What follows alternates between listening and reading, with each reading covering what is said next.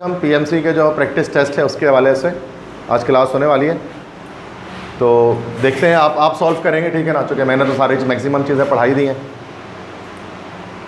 तो first MCQs है, in Charles law volume of a gas is directly related to which factor. Charles law में volume gas का directly related होता है temperature से। Yes, okay, that's good, correct answer C option. The volume of a gas, sorry, temperature के B option. Next है the E by M value is maximum for dash gas because of dash value M for positive rays obtain from it. Maximum ये chapter 3 से maximum e by M value किसकी होगी? Hydrogen की होगी। क्यों?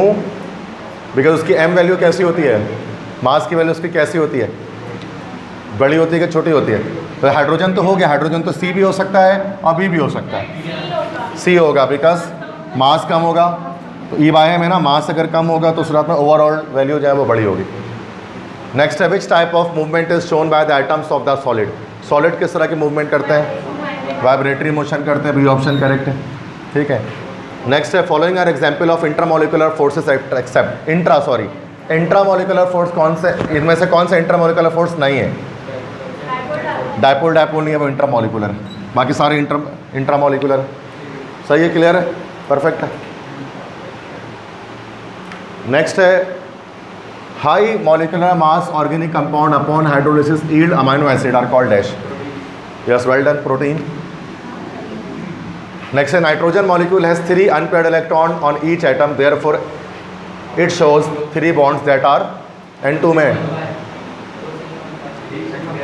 1 sigma 2 पाई, ठीक है, 1 सिग्मा 2 पाई, बड़ा सिंपल है, चैप्टर 4। नेक्स्ट है 2 compartments of galvanic cell are connected by. Galvanic cell कह लो या आप उसको आप वोल्टाइक सेल कह लो, आप उसको डैनियल सेल कह लो, किससे कनेक्ट होते हैं? सॉल्ट ब्रिक्स होता है, नमक का पुल बना होता है, ठीक है। Next, which of the following is an example of free radical. इनमें से फ्री रेडिकल कौन सा है? सी ऑप्शन करेक्ट है, क्योंकि फ्री रेडिकल पे चार्ज क्यों नहीं होता? This is electrophile, this is nucleophile, this is molecule, this is free radical, ठीक है, क्लियर है, परफेक्ट। आगे बढ़ें, कॉन्सेप्ट बना हुआ है तो कोई मुश्किल एमसीक्यूज नहीं, आसान है। नेक्स्ट है fossil fuels are produced due to dash. Fossil fuels कब ऑब्टेन होते हैं? Chapter 6 secondary chemistry. Fast decomposition of organic matter, decomposition of plants, decomposition of animals, biochemical decomposition of dead organic matter. D option है, ठीक है, best option यही है, वैसे तो बी और सी भी हो सकता है। नेक्स्ट है buffer solutions resist change in their, simple pH. पढ़ा नहीं है बफर सॉल्यूशन बट पता है कि पीएच चेंज रेजिस्ट करता है। The slope of the curve obtained by plotting concentration change with time is actually dash. जो हम रेट ऑफ केमिकल काइनेटिक्स में जो कर्व बना रहे होते हैं तो वो कर्व किस चीज़ को शो कर रहा होता है? रेट ऑफ रिएक्शन को शो कर रहा होता है, सी रेट ऑफ रिएक्शन को, है ना। इस तरह से याद है ना कि ये कंसंट्रेशन लगा रहे होते हैं, तरफ टाइम लगा रहे होते हैं, कर्व जा रहा होता है, तो वो शो करके आ रहा होता है कि rate of reaction time to time decrease हो रही होती है। यही इसी में, हाँ, रिएक्शन स्पीड कह सकते हैं, best option rate of reaction. All of this नहीं हो सकता, रिएक्शन टाइम को तो शो नहीं करता ना कर्व, तो ये बेस्ट ऑप्शन सी है। और यही अगर हम लॉ ऑफ मास सेक्शन में डबल बना देते यूँ करके, फॉरवर्ड बैकवर्ड दोनों, सिंगल बन रहा होता है अगर आपका, अगर इरिवर्सिबल रिएक्शन है तो। नेक्स्ट है which of the following properties are associated with transition metal. किसने सॉल्व किया हुआ क्या पहले से? ये पीएमसी टेस्ट, हाँ ठीक है, फिर सही, दे ऑल ऑफ दिस, तो कोशिश करोगे थोड़ा लर्निंग हो। Next, according to Bohr's theory electron should move dash nearer to in nucleus in the orbit of dash radii. Bohr theory के मुताबिक इलेक्ट्रॉन जो डैश नियरर होगा न्यूक्लियस के, उसके ऑर्बिट का डैश रेडियस होगा। मतलब सिंपल है बड़ा कि बोहर के मुताबिक जो इलेक्ट्रॉन जितना करीब होगा न्यूक्लियस के, उसका उतना छोटा एटॉमिक रेडियस होगा। क्या हो जाएगा? मूव, अच्छा सॉरी, करीब, ये इन्वर्स स्क्वायर लॉ जिसको हम कहते हैं, वो वाली बात है। जो चीज़ें न्यूक्लियस से करीब होती हैं ना, उन चीज़ों की मूवमेंट फास्ट होती है, जो दूर होती है उनकी मूवमेंट स्लो होती है। जैसे प्लैनेटरी सोलर सिस्टम है, उसमें जो मरकरी प्लैनेट है या वीनस है, वो बड़े फास्ट मूव कर रहा होता है सन के अराउंड ग्रेविटेशन के तहत, और जो बॉडी बहुत दूर होती है, प्लूटो वगैरह, उसकी मूवमेंट बहुत स्लो होती है, वो है ना, वो सैकड़ों सालों में जाकर अपना वो एक रेवोल्यूशन कंप्लीट करता है। इलेक्ट्रॉन के साथ भी ऐसा ही है, जो करीब होता है वो ज़्यादा मूव कर रहा होता है तेज़ी के साथ इलेक्ट्रॉन। तो क्या हो गया? बी हो जाएगा फास्टर स्मॉलर, ठीक है। नेक्स्ट है which one of the following is a state function that describe both the internal energy and product of pressure and volume. इनमें से स्टेट फंक्शन कौन सा है जो इंटरनल एनर्जी और पी प्लस, मतलब जो ई भी बता रहे हैं और पी वी भी बता रहे हैं। ई प्लस पी वी क्या होते हैं इनमें से? Entropy, heat, enthalpy, temperature, state function है वो। स्टेट फंक्शन क्या है? Pressure, volume, temperature, enthalpy. तो यहाँ पर क्या हो जाएगा? ई प्लस पी वी क्या होता है? तो सही बोलो ना, सही पता तो है।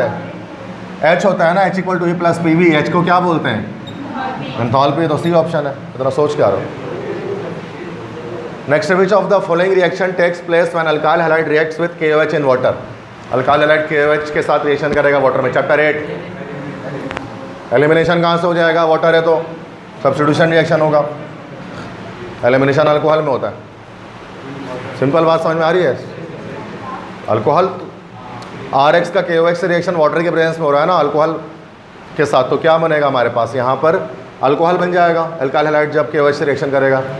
SN1 SN2 नहीं पड़ा ये सब इसी में, ठीक है। नेक्स्ट है the number of atoms present in molecule determines it dash. देखो किसी भी मॉलिक्यूल में जितने एटम होते हैं ना उससे उसकी एटोमिसिटी पता लगती है। D option. एटोमिसिटी क्या है? The number of atoms present in molecule. मिसाल के तौर पर H2SO4 इसकी अगर आपसे एटोमिसिटी पूछ ली जाए तो 4 5 6 7 7 इसकी एटोमिसिटी हो जाएगी। टोटल एटम कितने हैं किसी मॉलिक्यूल में? That is atomicity. नेक्स्ट है the number of haemoglobin. The atoms of haemoglobin is heavier than hydrogen atoms. ये मेमोराइजेशन है। मेमोराइजेशन में वैल्यू में बता देता हूँ कि हेमोग्लोबिन जो होता है ना वो हाइड्रोजन के एटम से हमारे पास 65,000 टाइम्स हैवी होता है। हेमोग्लोबिन के बारे में मैंने बताया था बायोमोलिक्यूल्स में आपको। ये एक हमारे पास मॉलिक्यूल होता है, असल में एक तरह का ये एंजाइम होता है या प्रोटीन कह लें आप उसको। 65,000 टाइम भारी होता है हाइड्रोजन से। गैस का हम कह लें कि जो मॉलिक्यूलर मास होता है वो 65,000 AMU होता है। तो एक मैक्रो मॉलिक्यूल है तो जाहिर से बात है मैक्रो मॉलिक्यूल में 10,000 से ज़्यादा ही होगा MFM। To avoid long reaction time and to get equilibrium mixture quickly we at dash.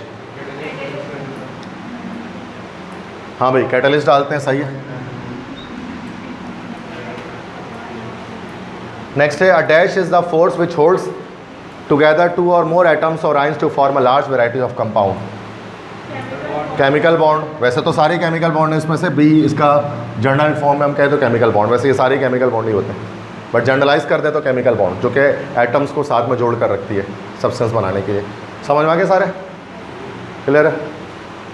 तो 56 MCQs आते हैं ना PMC में। केमिस्ट्री के 56, फिजिक्स के 56 होते हैं, तो 56 के लास्ट से ही टेस्ट पेपर इसमें बनाए हुए हैं। NAD में 25 आते हैं।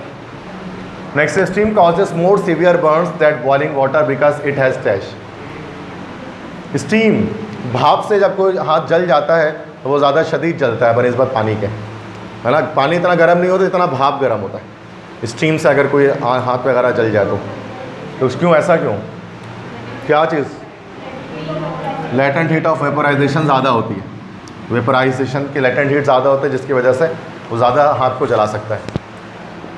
नेक्स्ट है कार्बोक्सिलिक एसिड टर्न डैश। क्या करेगा लिटमस पेपर को? सिंपल MCQs है, कॉन्सेप्चुअल। जो कि एसिड होता है, कार्बोक्सिलिक एसिड क्या होता है? रेड करता है ब्लू को, तो blue to red. Yes, B option correct है, सही बताया। London dispersion forces are the only forces present among dash. London dispersion forces वाहिद फोर्सेज जो मौजूद होते हैं कहाँ पर? मतलब कि 4 हैं, कह रहे हैं कि बताएं लंडन डिस्पर्जन फोर्स इनमें से कहाँ होगा? London force, atoms of helium in gases state at high temperature, molecules of water, molecules of solid iodine, molecules of HCl gas. हाँ यस, सही कह रहे हो। A या C में से कोई एक होगा, C नहीं हो सकता क्योंकि C में 2 तरह के फोर्सेस हैं। मॉलिक्यूल्स ऑफ आयोडीन, क्योंकि एक तो हमारे पास कोवेलेंट है, उसके बाद देन दूसरी हमारे पास उसके पास फोर्स होगी जो 2 आयोडीन को साथ में जोड़ेगी। This will be London dispersion force. लेकिन जो एटम्स हीलियम के होंगे गैसेस स्टेट में हाई टेम्परेचर पे, उनमें सिर्फ लंडन फोर्सेज होंगे और कोई दूसरी फोर्स नहीं हो सकती। नेक्स्ट है which is the what is the other name of 2,4,6 dinitrophenol. Very simple, picric acid. Explosive है, क्लियर है। आगे बढ़े। तो ये 147 तक हो गया हमारे पास। 148, the first ionisation potential of alkaline earth metal is greater than alkali metal. मतलब 2A ग्रुप की ज़्यादा होती है IP 1A ग्रुप से। क्यों? मोर रिएक्टिव तो होता ही नहीं, लेस रिएक्टिव होता है। सी होगा ना, they have smaller atomic sizes, इसकी वजह से उनकी IP वैल्यू ज़्यादा होती है 2A ग्रुप की। नेक्स्ट है, which of the following has lower vapour pressure. Lower vapour pressure किसका होगा? जो स्लो एवोपरेट होगा। लोएस्ट रेट ऑफ एवोपरेशन किसकी होगी इन सब में से? लोएस्ट रेट ऑफ एवोपरेशन उसमें होगी जिसमें हाइड्रोजन बॉन्डिंग बहुत स्ट्रांग होगी। क्या ये सही कह रहे हो? 7 ग्लिसरॉल हो जाएगा। ग्लिसरॉल में 3 जगह पर हाइड्रोजन बॉन्डिंग होती है। 1 2 3 प्रोपन ट्रायोल है ना हमारे पास। ये क्या ये रहा स्ट्रक्चर, बोल तो रहा 1 2 3 प्रोपन ट्रायोल। 1 2 3 3 जगह पर आ गया हाइड्रोजन बॉन्ड। एथेनॉल में 1 जगह पर आएगा, आइसोपेंटाइन में तो आएगा ही नहीं। समझ सिंपल है। तो वेपर प्रेशर ज़्यादा उस वक्त होगा जब एवोपरेशन का रेट ज़्यादा होगा, और जिसकी हाइड्रोजन बॉन्डिंग स्ट्रॉन्ग होती है वो कभी ज़्यादा हायर एवोपरेशन रेट नहीं रखता है। चैप्टर 2 लिक्विड स्टेट समझ में आ रहा है। तो सारे सो फार देखो कॉन्सेप्चुअल है, किसी भी कैलकुलेशन में नहीं पढ़ रहे हैं उसके अंदर, कॉन्सेप्ट सारे सिर्फ, और कोई मुश्किल कॉन्सेप्ट्स नहीं है। अगर आप गलत करके आ रहे हो तो आई डोंट नो कि क्या वजह है कि आप उसको गलत करके आओगे। ये सब चीज़ें पढ़ी हुई हैं, कोई ऐसी चीज़ नहीं है। नेक्स्ट है, the elements of which group show abnormally very low values of electron affinity in every period of periodic table. कौन से ग्रुप के एलिमेंट्स बहुत लो वैल्यू इलेक्ट्रॉन एफिनिटी के शो करते हैं पीरियोडिक टेबल के अंदर?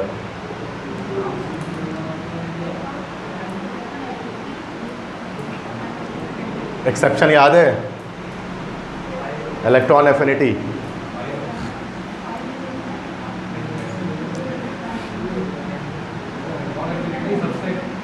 सबसे कम इलेक्ट्रॉन एफिनिटी, या सबसे मतलब जो इलेक्ट्रॉन गेनिंग टेंडेंसी बहुत कम रखते हैं।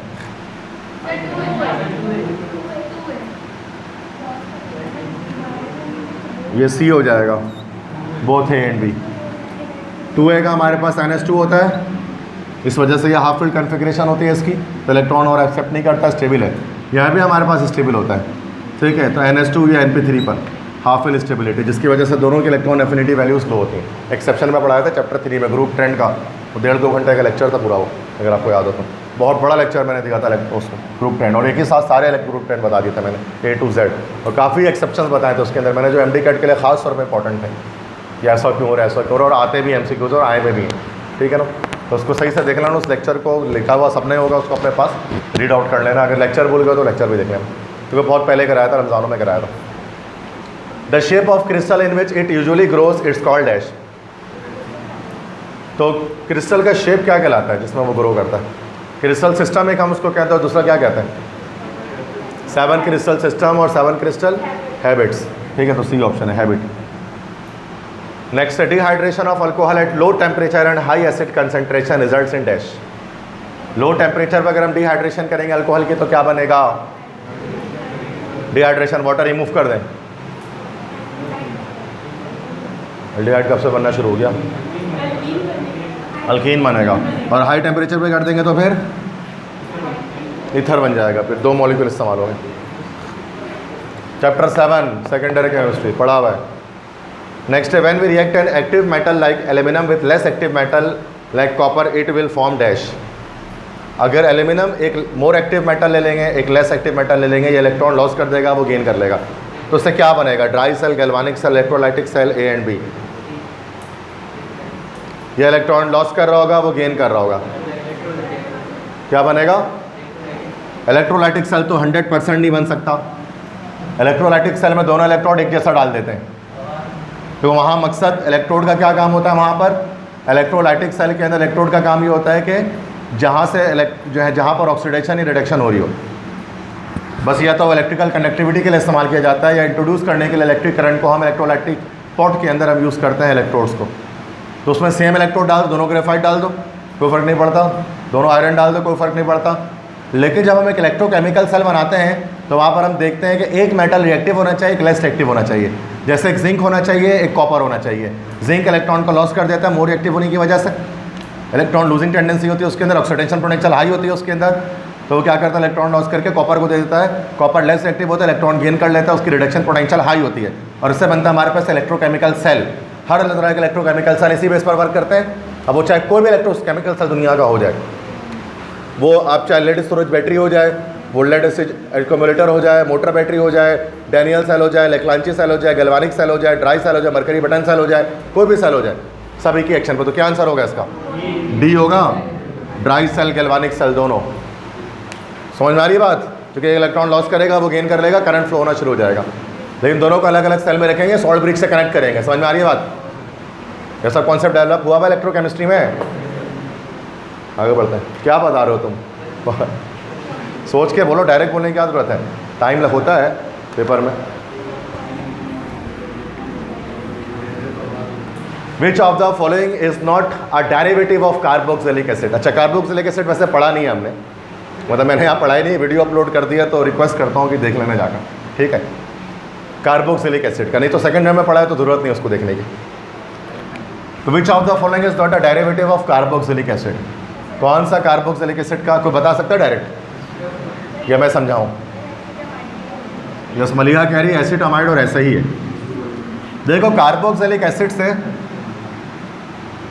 हम क्या क्या चीज़ें बना सकते हैं? एस्टर बना सकते हैं, डेरिवेटिव हो जाएगा एस्टर क्या, कार्बोक्सिलिक एसिड का अल्कोहल से रिएक्शन कराकर।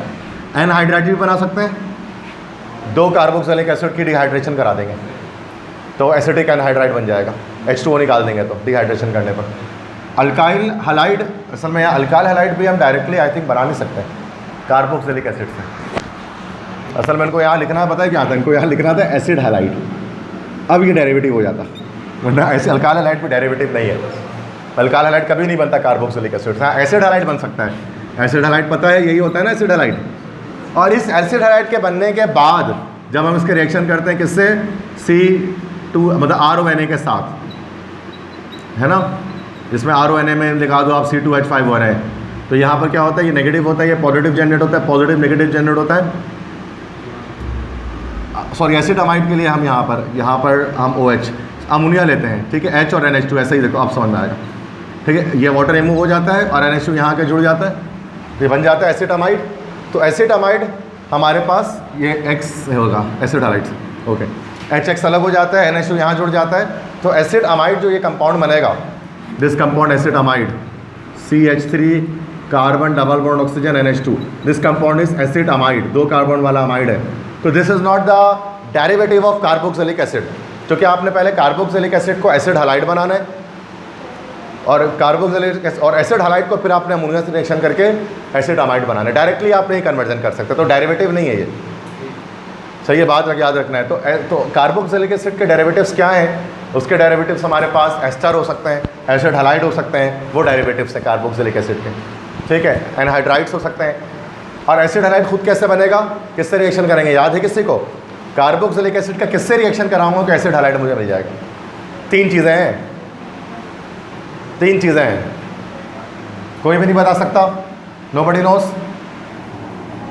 सेम अल्कोहल को जिससे रिएक्शन कराने के बाद हमारे पास RX जनरेट हो जाता है, सेम उसी तरह से हमारे पास अगर कार्बोक्सिलिक एसिड है तो 3 तरह की चीज़ों से रिएक्शन कराने के बाद हमारे पास एसिड हलाइड जनरेट हो जाता है।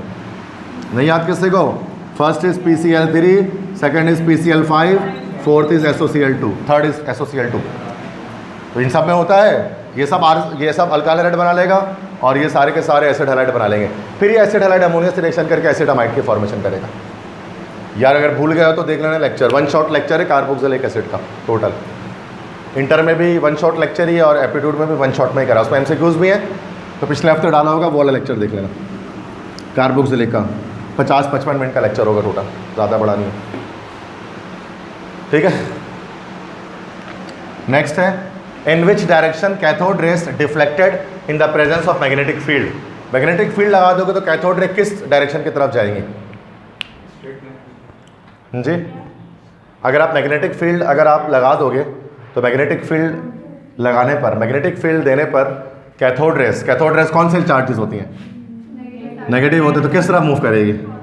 पॉजिटिव की तरफ। पॉजिटिव तो नहीं देगा मैं यहाँ पर, अपवर्ड डाउनवर्ड। ये कौन सा सीन है भाई? अपवर्ड हमें तो यहाँ पे हमें क्या पता कौन सा लगाए मैं, फालतू MCQ दिए। मतलब ऊपर जाएगा, मतलब वो आप मैग्नेटिक फील्ड, तो आप मैग्नेटिक फील्ड आपको कैसे पता है कि आप प्लस माइनस लगा रहे हो?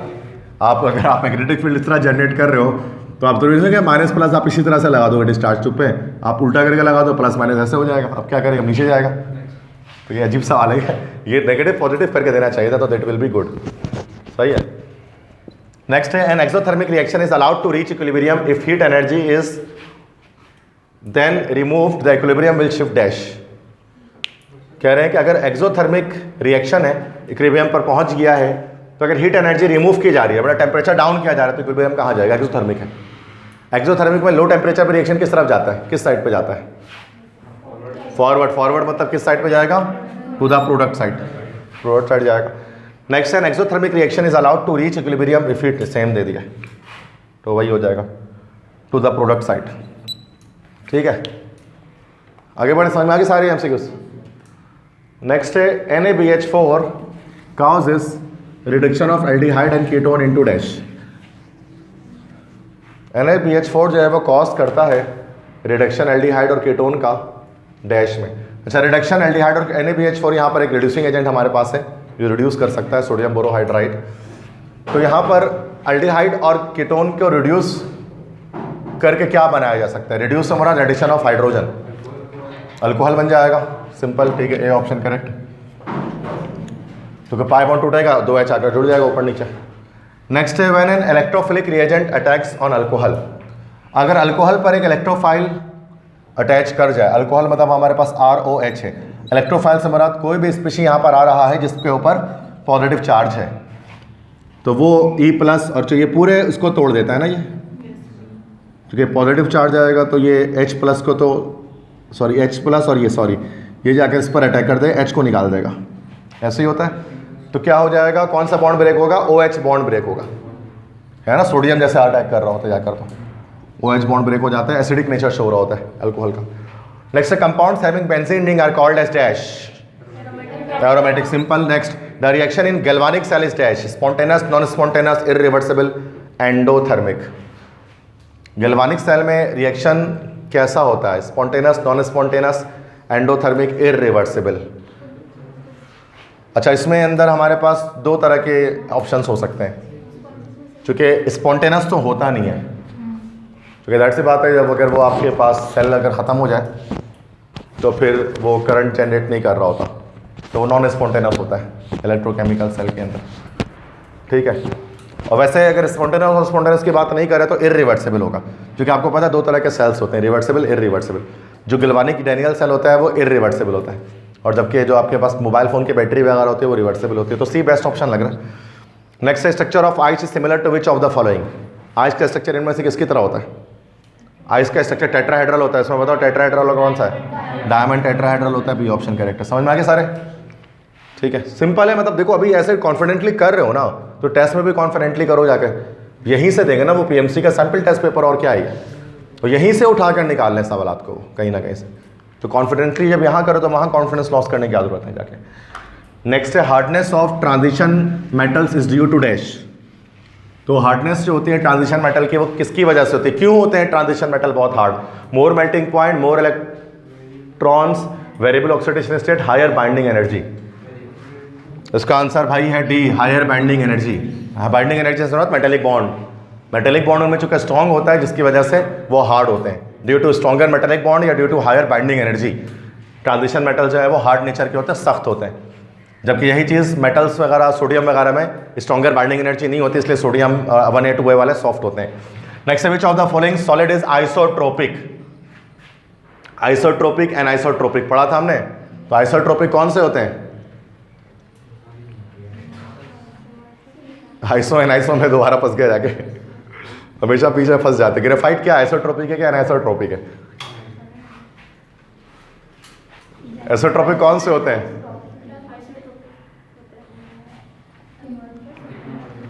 देखो, ए से मैं बताया था तुम लोगों को, मैं तुमको दोबारा बता रहा हूँ। ए से होता है अमरफस, तो बच्चे समझते हैं कि वो ए से एनाइसोट्रोपिक है, तो ये गलत हो जाता है, ये उल्टा कर दो उसका, तो ए से आई जुड़ेगा, आइसोट्रोपिक। इस तरह से याद रखने बोला था।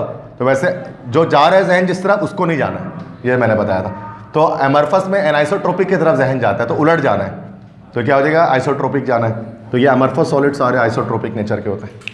तो आइसोट्रोपिक मैंने बताया हुआ चैप्टर 2 में। ठीक है, आगे बढ़े। नेक्स्ट है the mechanism of reaction can be understood by dash. एक रिएक्शन का मैकेनिज्म जो है वो समझा जा सकता है किससे? Experimental details, balance chemical equation, all of this, या molar ratios.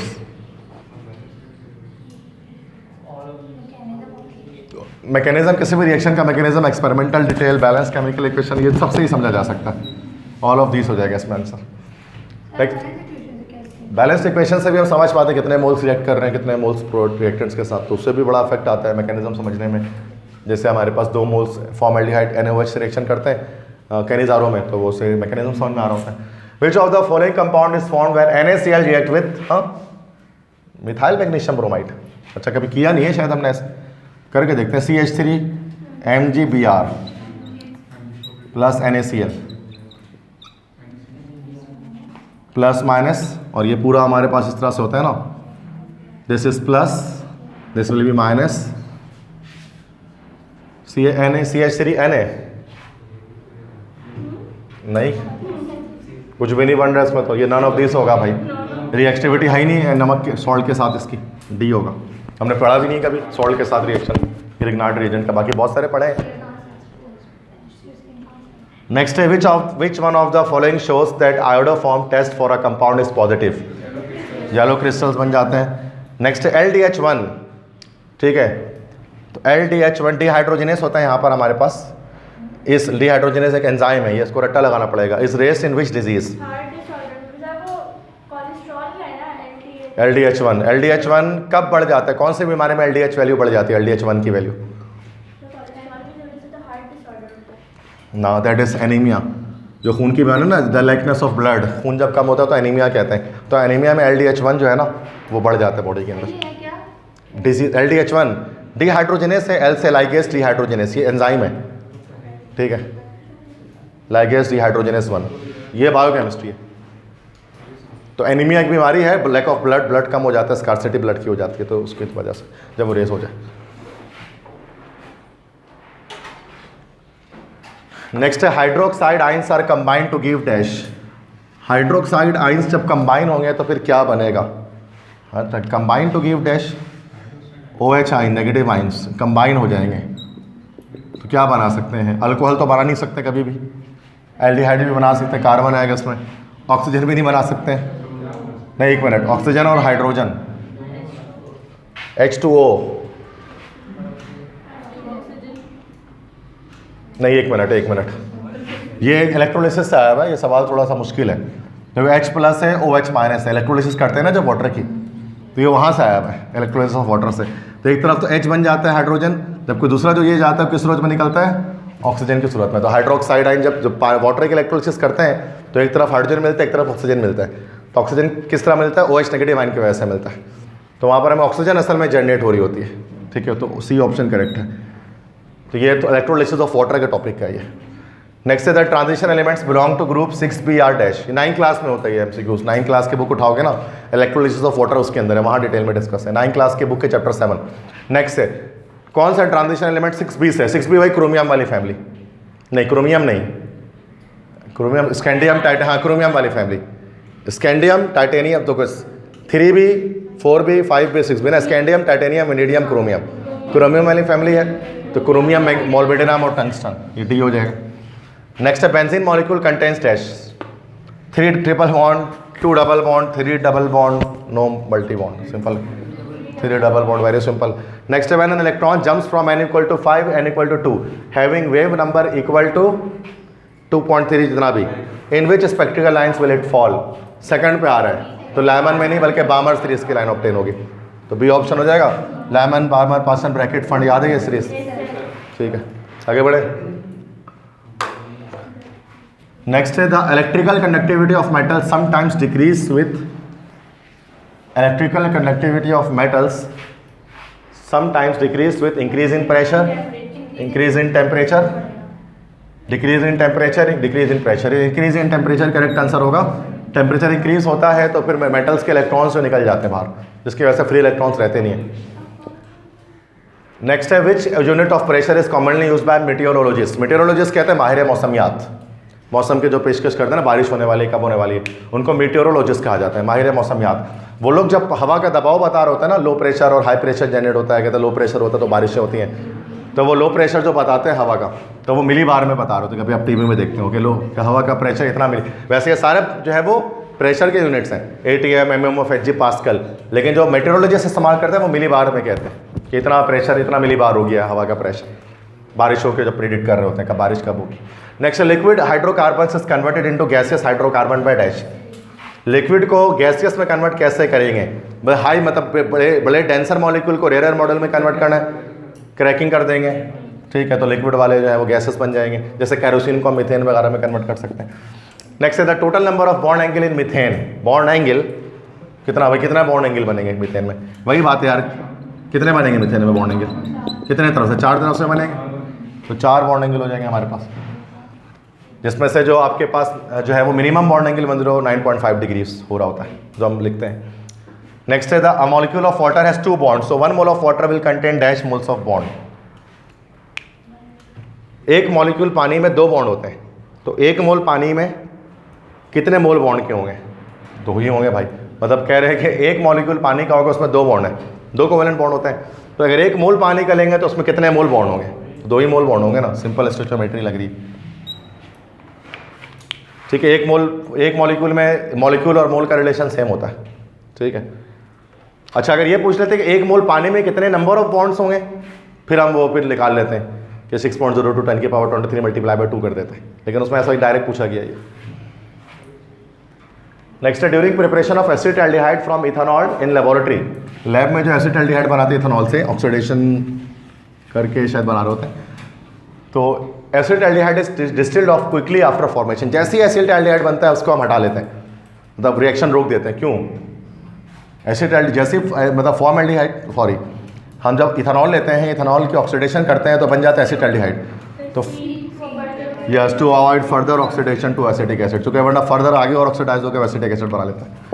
Next, which of the following bond has highest bond energy value? CF के बीच में हाईएस्ट होगा बॉन्ड एनर्जी, बॉन्ड एनर्जी का डिफरेंस, ठीक है। In a vacuum distillation for boiling point of glycerine, किसमें? इसमें यार ये तो बड़ा सिंपल है, हाँ, फुल 4.0 होता है ना, मैक्सिमम होता है ना इसमें, तो इसका 2.1 होगा, इसका हमारे पास इसका 3.0 होगा, इसका इससे भी कम ही होगा। तो हाईएस्ट जो which of the following bond है हाईएस्ट बॉन्ड एनर्जी वैल्यू, तो यहाँ पर हो जाएगी, ये असल में difference of bond energy value की बात कर रहा हूँ। Next, in a vacuum distillation the boiling point of glycerine is reduce to dash. वो हमने पढ़ा था ना चैप्टर 2 में कि glycerine is reduced at distilled pressure. तो उसको क्यों किया जाता है? चूँकि 290 पर वो वैसे बॉयल हो रहा होता है, लेकिन 290 डिग्री सेंटीग्रेड से पहले ही वो डिकम्पोज भी हो जाता है किसी और कंपाउंड में, तो हम वैक्यूम डिस्टिलेशन कराते हैं लो प्रेशर पर, और तो रिड्यूस टू 210 डिग्री सेंटीग्रेड, उसके बिना वो वैसे 290 डिग्री सेंटीग्रेड होता है, ठीक है, नॉर्मल प्रेशर पर। सही क्लियर है सर? तो नेक्स्ट है ये प्रैक्टिस टेस्ट चेंज हो गया, अभी तो लाइट है नहीं, देखो जितना ज़्यादा हमें से हो सके उतना मैं करा दूंगा, बंद हो जाएगा तो ख़त्म छोड़ देंगे। Next, alkanes are called as dash. बड़ा सिंपल, अल्केन्स किसको कहते हैं? पैराफिन्स। नेक्स्ट है thermal energy is also called as dash. बड़ा सिंपल है, थर्मल हीट एनर्जी को कहते हैं ना, thermal energy. Next, which of the following properties does not belong to gases? Very simple, very easy.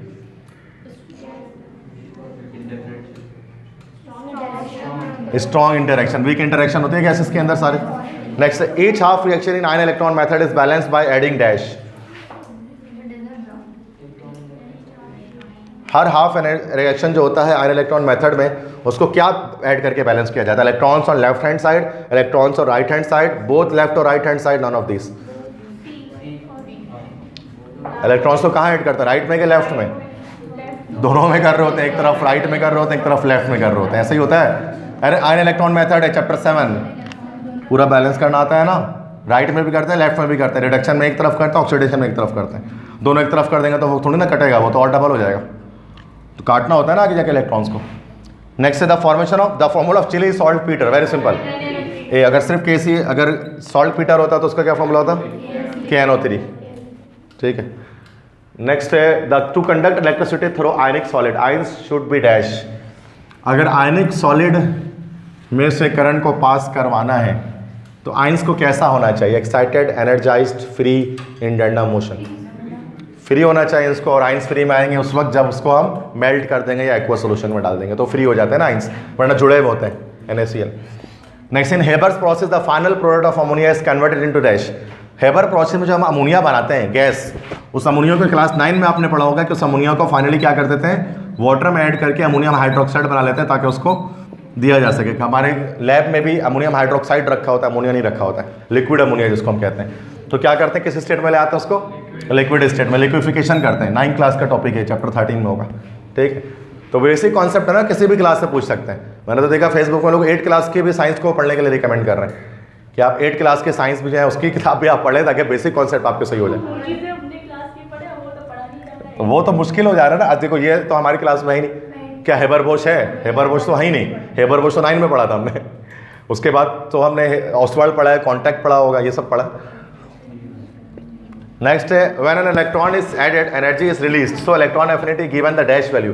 जब इलेक्ट्रॉन ऐड होता है तो एनर्जी रिलीज होती है, तो इलेक्ट्रॉन एफिनिटी की वैल्यू हमेशा किस में दी जाती है, नेगेटिव में दी जाती है। गलत MCQ है वैसे, ये पॉजिटिव में भी रेयर केसेस में इलेक्ट्रॉन एफिनिटी हो सकता है। अगर आपने चैप्टर 3 का पढ़ा ना ग्रुप ट्रेंड, तो वहाँ मैंने पॉजिटिव भी बताया था, रेयरली हो सकता है, रीजंस भी बताया था उसके पीछे। चलो कोई बात नहीं, वैसे बेसिक दुनिया भर यही समझती है कि नेगेटिव होता है electron affinity, but sometimes positive हो सकता है। तो आइदर, तो अगर ऐसा आ जाए ना समटाइम्स पॉजिटिव एंड नेगेटिव, तो वो ज़्यादा बेहतर आंसर होगा। Next the compounds which belongs to same functional group forms dash. एक ही फंक्शनल ग्रुप के कंपाउंड्स क्या बनाते हैं, एक ही फंक्शनल ग्रुप के बहुत सारे कंपाउंड क्या बनाएंगे, लाइन से जब बनते हैं वो पूरी होमोलोगस सीरीज बनेंगे, और क्या बनेंगे, एक ही फंक्शनल ग्रुप के बन रहे होते हैं ना। नेक्स्ट है globulin proteins are found in dash. Globulin, globulin का बताया था मैंने प्रोटीन्स के अंदर, ठीक है, क्या बताया था, क्या बताया था ग्लोबुलिन का, हाँ ठीक है। नेक्स्ट MCQs देख लें, यहाँ तो समझ में आ रहा है ना सारा। देखो प्रैक्टिस करोगे अब थोड़ा ना, फिर थोड़ा कॉन्फिडेंस भी डेवलप होगा टेस्ट के हवाले से, तो प्रैक्टिस ही करो। अगर सिर्फ थ्योरी पढ़ते रहोगे ना तो कॉन्फिडेंस नहीं बन पाएगा, तो प्रैक्टिस करने ज़रूरी है। जो टाइम बचा वही करो बस सिर्फ। How enthalpy changes of reaction can be measured. Enthalpy change किस तरह से मेजर किया जाता है, हीट एनर्जी चेंज कैसे मेजर करते हैं, कौन सा मेथड, कैलोरीमेट्री से करते हैं, कैलोरीमीटर के थ्रू। Next, which of the following forces has ability to form cluster and large molecule. Cluster और लार्ज मॉलिक्यूल किस फोर्स से बन रहे होते हैं, ionic bond, induced dipole force, hydrogen bond, all of this hydrogen bond से बन रहे होते हैं। जैसे वाटर वगैरह के हो ना, लार्ज क्रिस्टल्स क्लस्टर बन रहे होते हैं आइस के। Next, reaction of aldehydes with Tollens reagent results in the formation of dash. Silver मेरा टॉलेंस रिएजेंट टेस्ट है ये। Next, the bonding pair of electrons are equally shared by the atoms in dash. बीच में कहाँ पर होगा shared pair of electron, बीच में मतलब ना इधर ना उधर। नॉन पोलर देख लो यार, कौन सा नॉन पोलर है, H2 होगा ना, जो बॉन्डिंग पेयर होगा वो इक्वली शेयर होगा between the atoms. Simple MCQs। Next है the total of all the possible kinds of energies in a system is called dash.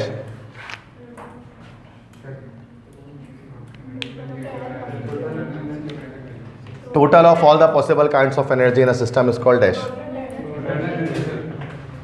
तमाम तरह की एनर्जी जो सिस्टम में होती है या इंटरनल एनर्जी कहलाती है, डी ऑप्शन। ठीक है, नेक्स्ट MCQs देखें, ये सारे हो गए इसमें, ये देखें। एनर्जी इज एब्जॉर्ब, एनर्जी किस में एब्जॉर्ब होती है, bond breaking, endothermic reaction, bond formation, both A and B, both A and B हो जाएगा। ठीक है, बॉन्ड तोड़ने में भी एनर्जी एब्जॉर्ब होती है, देनी पड़ती है, और साथ में एंडोथर्मिक में भी ऐसी होता है।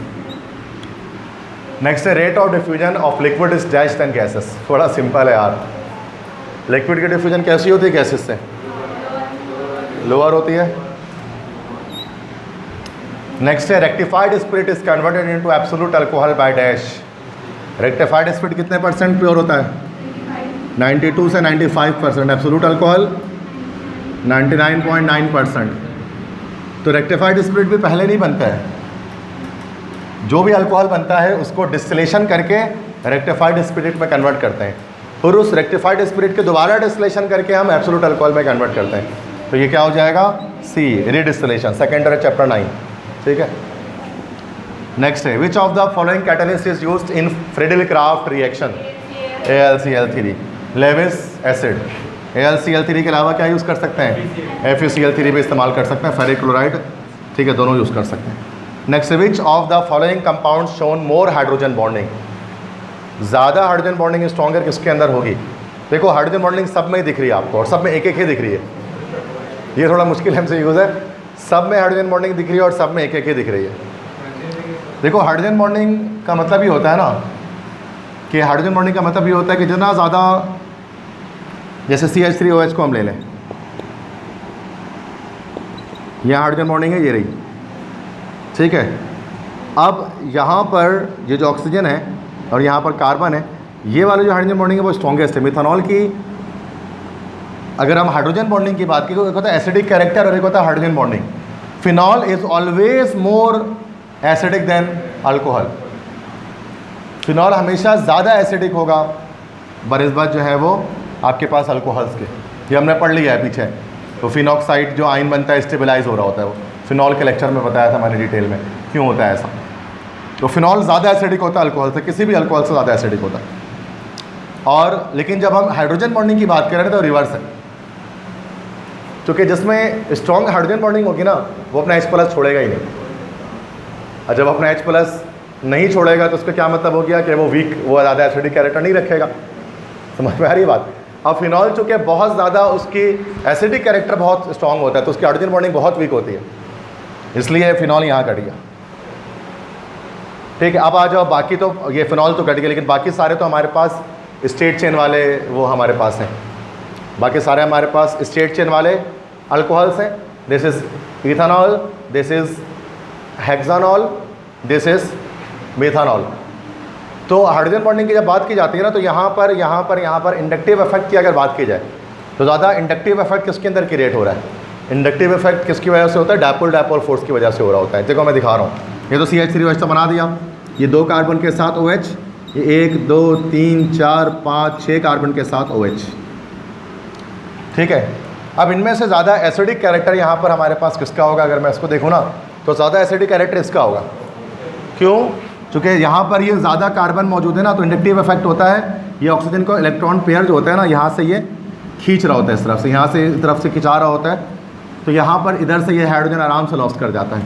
तो इसकी वीक हाइड्रोजन बॉन्डिंग है, इसकी भी वीक है। जो सबसे स्ट्रॉन्ग होगी ना वो यहाँ पर होगी मिथानॉल की। रीज़न अगर कोई पूछे क्यों मिथानॉल की ज़्यादा है, मिथानॉल क्यों, मैं बता रहा हूँ, अलग अलग 3-4 बातें बता रहा हूँ। मिथानॉल ज़्यादा स्ट्रॉन्गर हाइड्रोजन बॉन्डिंग है और इसकी एसिडिक कैरेक्टर डाउन है, हाइड्रोजन बॉन्डिंग बहुत ज़्यादा स्ट्रॉन्ग है, तो H+ को आराम से लॉस नहीं करता ये। दूसरी चीज़ कि अब इसमें इंडक्टिव इफेक्ट जो इसके अंदर होता है वो काफ़ी वीक होता है बाकी तमाम के, और वीक इंडक्टिव इफेक्ट की वजह से यहाँ पर क्या होता है कि ये अपना H आराम से छोड़ता नहीं है, ब्रेक नहीं करता, बाकी सब कर जाते हैं। ये थोड़ा मुश्किल MCQ है, चूँकि हमें यहाँ पर हाइड्रोजन बॉन्डिंग दे दी गई और सब जगह पर एक OH दे दिया गया, वरना हम नॉर्मली OH की तादाद से बता देते हैं। कभी कभार हाइड्रोजन बॉन्डिंग होता ही नहीं है तो हम बोलते हैं स्ट्रॉन्गर हाइड्रोजन बॉन्डिंग। उसमें जिसमें हाइड्रोजन डायरेक्टली अटैच है किसी इलेक्ट्रोनेगेटिव एलिमेंट से, बहुत ज़्यादा कर देते हैं तो कभी कभार हम उस तरह से हाइड्रोजन बॉन्डिंग के बारे में बात कर लेते हैं कि एक हाइड्रोजन बॉन्डिंग 2 या 3, जैसे इथेनॉल, ग्लिसरॉल, ग्लाइकोल, तीनों में से ज़्यादा स्ट्रॉन्गर किस्म है तो ग्लिसरॉल लिख देते हैं। यहाँ पर क्या किया कि तीनों में एक एक हाइड्रोजन बॉन्डिंग डाल दी और अब पूछ रहे हैं, तो अब यहाँ और कॉम्प्लेक्स हो गया ये MCQ, तो अब हम इंडक्टिव इफेक्ट के लिहाज से देखना पड़ा। यहाँ पर रेजोनेंस हो रही है, इनमें रेजोनेंस आएगी, फिनॉल के अंदर रेजोनेंस होती है, ठीक है, स्टेबलाइज होता है जिसकी वजह से, बाकी इन तीनों में रेजोनेंस नहीं हो सकते, इंडक्टिव इफेक्ट होता है। और जो लोएस्ट इंडक्टिव इफेक्ट है वो यहाँ पर है, ये इलेक्ट्रॉन डिस्प्लेसमेंट इफेक्ट होता है, ठीक है। तो थोड़ा सा मुश्किल रट्टा लगा लो, रट्टा भी लगा सकते हो कि सबसे ज़्यादा जो है हमारे पास स्ट्रॉन्ग हाइड्रोजन बॉन्डिंग मिथेनॉल में होती है, याद करने के लिए। नेक्स्ट देखें, विच of the following solvent favour SN2 reaction, थोड़ा फोकस करो। विच of the following solvent favour SN2 reaction, कौन सा सॉल्वेंट SN2 फेवर करता है? देखो भाई, इसके मैंने आपको बताया था SN2, देखो SN2 है और SN1 है। 2 आ गया ना, 2 वर्ड आएगा नॉन पोलर में, नॉन 1 वर्ड और पोलर 2 वर्ड, ऐसे रट्टा लगाना है। और SN1 में 1 आएगा वर्ड तो पोलर, तो SN2 क्या होगा? Non polar. इन चारों में से नॉन पोलर कौन सा? नॉन पोलर बता दो, इसमें से कौन सा है? Water, ammonia, carbon tetrachloride, acetic acid, carbon tetrachloride. इसमें मेट्रिकल होगा तो नॉन पोलर होगा। Next, enzymes are also called as dash, बड़ा सिंपल है यार, बायो कैटलिस्ट बेस्ट ऑप्शन है, वरना तो कैटलिस्ट भी हो सकता था। Next oxidation number of all the elements in free state, बड़ा सिंपल है, 0। Au+3 has dash configuration, Au+3 3 electron निकाल दें। गोल्ड किस फैमिली का है, 1 1 वाले ना, S1D10 3 इलेक्ट्रॉन निकालना है, एक यहाँ से निकल गया और 2 यहाँ से निकालो, D8 का है 5, हाँ ये रहा 5D8, सही है। Next, in an irreversible reaction the tendency of it to go to reverse direction is dash. एक इरिवर्सिबल रिएक्शन की क्या टेंडेंसी होती है कि वो रिवर्स जा सकता है, नेग्लिजिबल ना होने के बराबर, मतलब वो रिवर्स हो ही नहीं सकता, तभी तो रिवर्सिबल है, सिंपल सा। नेक्स्ट है the strength of London forces depends upon size of dash. London forces का मैंने बताया था कि जितना ज़्यादा इलेक्ट्रॉन क्लाउड होगा उतना ज़्यादा स्ट्रॉन्गर हाइड्रोजन बॉन्डिंग होगी, जो सॉरी लंडन फोर्सेस होंगे, तो बी हो जाएगा इलेक्ट्रॉनिक क्लाउड, है ना। Helium, neon, argon, krypton, xenon, radon में से रेडॉन जो होगा वो उसके स्ट्रॉन्गेस्ट लंडन फोर्सेस इसमें होंगे, क्यों, चूँकि उसका इलेक्ट्रॉनिक क्लाउड बहुत ज़्यादा वास्ट होगा। नेक्स्ट है the energy is dash when oppositely charge ion brought closer together. Energy क्या होती है जब पॉजिटिव कैटाइन एनाइन साथ में करीब आ जाते हैं, कैटाइन एनाइन साथ में करीब आते हैं तो क्या होता है, Na+ और Cl- करीब आएंगे तो क्या होगा, रिलीज होगी, जो एनर्जी रिलीज होगी उसको क्या नाम देंगे, लैटिस एनर्जी देंगे, -788 kilo joule per mole. 27 gram of aluminium will react with how much mass of O2 to produce OAl2O3। बड़ा सिंपल है, डायरेक्ट करेंगे सॉल्व, कोई कैलकुलेशन नहीं। Al2O3 है ना बच्चे, एल्यूमिनियम ऑक्साइड, ठीक है। तो 27 का डबल है ना, ये हमारे पास बना रहा है 48 ग्राम, ठीक है, मतलब जो 48 ग्राम बना रहा है, 3 16 3 48, अब 27 ग्राम कितना बनाएगा, 48 का हाफ बना लेगा, तो 48 का हाफ कितना हो जाएगा, 48 का हाफ 24 हो जाएगा, 24 ग्राम, मतलब 27 टू था 54, तो 54 ग्राम एल्यूमिनियम 48 ग्राम बना रहे हैं, तो 27 ग्राम कितना बनाएगा, 48 का आधा बनाएगा, 24 ग्राम बनाएगा। सिंपल है, स्टोइचोमेट्री है, रेशो मेथड लगा सकते हैं, नहीं लगा सकते हैं। 27:48 equal to, sorry 54:48 is equal to 27:x, 54/48 equal to 27/x, 54x equal to 27 into 48, x equal to 27 into 48 divide by 54। अब उसको डिवाइड मल्टीप्लाई करते रहो, कुछ भी करते रहो, 24 ही आ जाएगा। अब इतना बड़ा कौन चक्कर पाले, कैलकुलेटर भी अलाउ नहीं है, तो डायरेक्ट कॉन्सेप्चुअल करो। नेक्स्ट है the platinum in SHE act as a dash. Salt bridge कब से आ गया, KCl होता है उसके अंदर, प्लेटिनम का लगाते हैं जिसमें एब्जॉर्ब कराते हैं हाइड्रोजन को। प्लेटिनम क्यों यूज़ किया जा रहा होता है, बताया था, क्यों, कौन बताएगा। स्टैंडर्ड हाइड्रोजन इलेक्ट्रोड के तौर पे प्लेटिनम को क्यों यूज़ करते हैं, क्यों प्लेटिनम को, जो हाँ करते तो है, वो तो है, लेकिन यूज़ क्यों करते हैं प्लेटिनम को, क्या वजह है इनमें से। बफर का क्या काम, पीएच का काम है, उसके अंदर कोई नहीं है। अरे CR electrical conductor, hydrogen conductor होता नहीं है तो प्लेटिनम के ऊपर एब्जॉर्ब करा के उसको कंडक्टर बना देते हैं। बताया भी था ना मैंने क्यों प्लेटिनम यूज़ कर रहे हैं इलेक्ट्रोकेमिस्ट्री में, ठीक है। SHE है standard hydrogen electrode, SHE. Next है melting and boiling point depends on dash. भाई को melting boiling point metallic bonding पे डिपेंड कर रही होती है, और मेटेलिक बॉन्डिंग डिपेंड कर रहे होते हैं जो फ्री इलेक्ट्रॉन्स होते हैं। जितने ज़्यादा फ्री इलेक्ट्रॉन होंगे उतना ज़्यादा स्ट्रॉन्गर मेटेलिक बॉन्डिंग होगी, उतना ज़्यादा मेल्टिंग और बॉइलिंग पॉइंट होगा। तो यहाँ पर हो जाएगा नंबर ऑफ इलेक्ट्रॉन नहीं, number of unpaired electron. Unpaired electron free होते हैं, पेड वाले तो फ्री नहीं होते। जितने ज़्यादा अनपेड इलेक्ट्रॉन होंगे उतने ज़्यादा मेल्टिंग बॉइलिंग पॉइंट होगी, डी ब्लॉक में जैसे होता है। क्लियर है। अच्छा, rate this the order of reaction is dash. Second order है, glucose is converted into ethanol by the dash enzyme present in yield. Glucose ethanol में किसमें कैसे कन्वर्ट होता है, किस एंजाइम से, जाइमेस से कन्वर्ट होता है, ठीक है, डी। ऐसा आया हुआ है, अब मैं क्या बोलूँ, ऐसा आएगा नहीं है, एनडी में से आसान आ सकता है, इससे मुश्किल नहीं आएगा।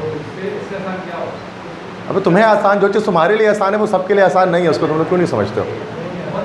सर ये जाइमेस इतना आसान है, बेटा तो किसी को तो जाइमेस पता ही नहीं जाइमेस है क्या, उसमें क्या। इन CCl4 all CCl bonds are dash but molecule is dash overall। Carbon tetrachloride में तमाम C और Cl बॉन्ड डैश होते हैं, लेकिन उसके मॉलिक्यूल ओवरऑल डैश होता है। ये सारे जो बॉन्ड होते हैं वो कैसे हैं C और Cl में, कैसे बॉन्ड, ये बॉन्ड्स कैसे हैं, पोलर है कि नॉन पोलर है? ये पोलर बॉन्ड है। ओवरऑल मॉलिक्यूल कैसा है, नॉन पोलर है, तो पोलर नॉन पोलर आ गया ए, ठीक है। Next, greater the amount of negative charge on an atom the size of an ion will also be dash. जितना ज़्यादा नेगेटिव चार्ज आएगा तो आयन का साइज जो होगा आयन्स का वो कैसा हो जाएगा, स्मॉल होना शुरू हो जाएगा, क्योंकि इलेक्ट्रॉन्स बढ़ रहे हैं तो स्मॉलर है।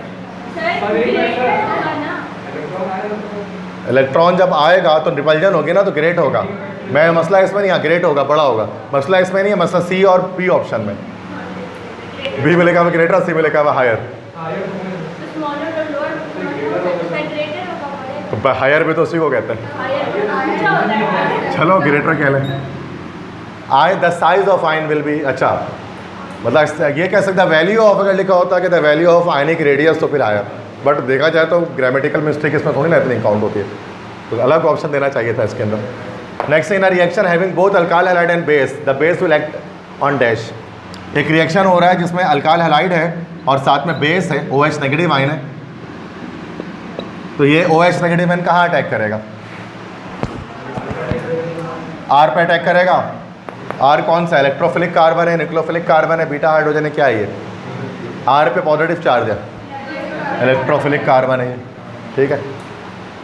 और ये खुद न्यूक्लियोफाइल है, ये न्यूक्लियोफिलिक सब्स्टिट्यूशन कहलाएगा। ये X क्या कहलाएगा जब निकल जाएगा, तो X क्या कहलाएगा, लिविंग ग्रुप कहलाएगा। और क्या कहलाएगा, नाम थोड़ी लूँगा, तुम्हारा गलत बोल भी दोगे, सही बताओगे तो नाम ले लूँगा, गलत पे नहीं लूँगा। The expression for the radius of nth orbit of hydrogen atom was derived by dash. यार बड़ा सिंपल है, Bohr. In a homologous series adjacent member differ by dash unit, very simple, CH2 unit, yes, ठीक है। आगे बढ़े।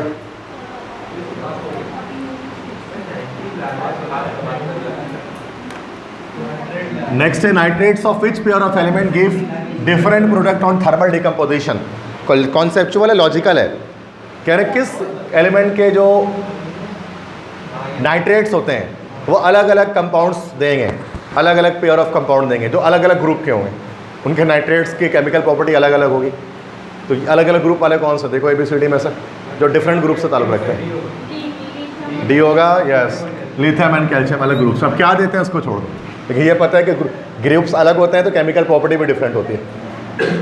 Next, in which of the following body part protein is not present. तो बड़ा से क्या होता है, फिर क्या होता है बोन में, प्रोटीन नहीं होता तो फिर कैल्शियम होता है। The region where probability of finding the electron is negligible, nodal plane, yes, Fawad Jahangir is right. No, अच्छा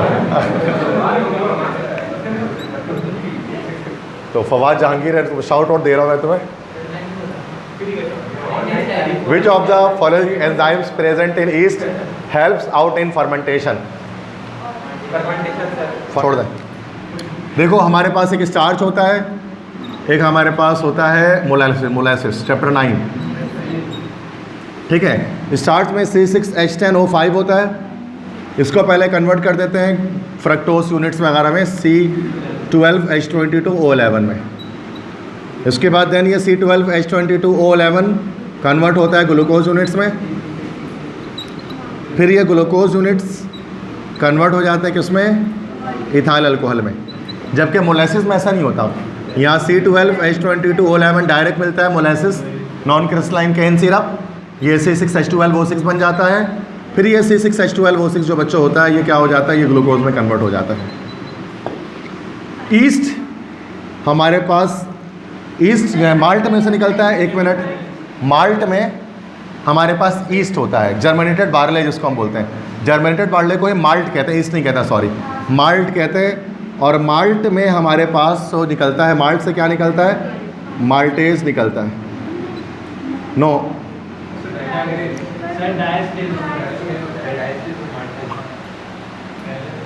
स्टार्च पर एक मिनट, स्टार्च पर जो अटैक करता है हमारे पास उसको कन्वर्ट करने के लिए, तो शुरू में जर्मिनेटेड बार्ले स्टार्ट में डालते हैं ना, जर्मिनेटेड बार्ले शुरू में डालते हैं, जर्मिनेटेड बार्ले को माल्ट कहते हैं। अच्छा, माल्ट कुछ और निकलता है। अच्छा, माल्ट हमारे पास डायस्टेस निकलता है,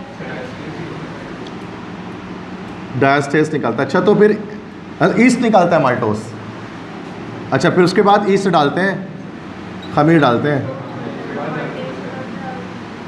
ठीक है। ईस्ट में से एक निकलता है हमारे पास माल्टेस और एक निकलता है जाइमेस। अब यहाँ पर क्या होता है, यहाँ पर हम माल्ट नहीं डालते हैं, सिर्फ हमें ईस्ट डालना होता है, सही है। पहले निकल जाता है हमारे पास सक्रेस, फिर निकल जाता है जाइमेस। सही, अब सही है, करेक्ट है। तो थोड़ा मुश्किल होता है, थोड़ा आराम से उसको देखना पड़ता है। नेक्स्ट, तो डायस्टेस है। Which of the following enzyme present in east helps. तो डायस्टेस तो नहीं होता ना ईस्ट में, माल्टेज होता है, जाइमेस होता है, तो ऑल ऑफ तो एमसीक्यू गलत हो गया, एमसीक्यू गलत हो गया ना, इसका मतलब ऑल ऑफ दिस भी नहीं हो सकता। तो सी करेक्ट है और बी करेक्ट है, ठीक है। नेक्स्ट आगे बढ़ते हैं। 1 क्लोरोप्रोपेन एंड 2 क्लोरोप्रोपेन कौन सा आइसोमर्स है, पोजीशन आइसोमर्स है। Which of the following is not an organic compound, इनमें से कौन सा ऑर्गेनिक कंपाउंड नहीं है, बहुत सिंपल, कार्बन डाइऑक्साइड।